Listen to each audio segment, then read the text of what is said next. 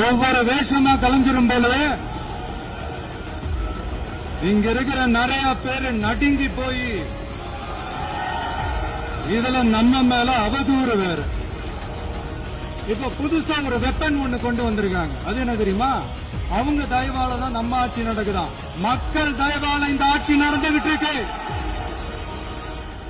மனசாட்சி உள்ள சக்திகளோட ஆதரவால இந்த ஆட்சி நடந்துகிட்டு இருக்கு. நாங்க தான் அனுப்பி வச்சோம் அப்படின்றாங்களே.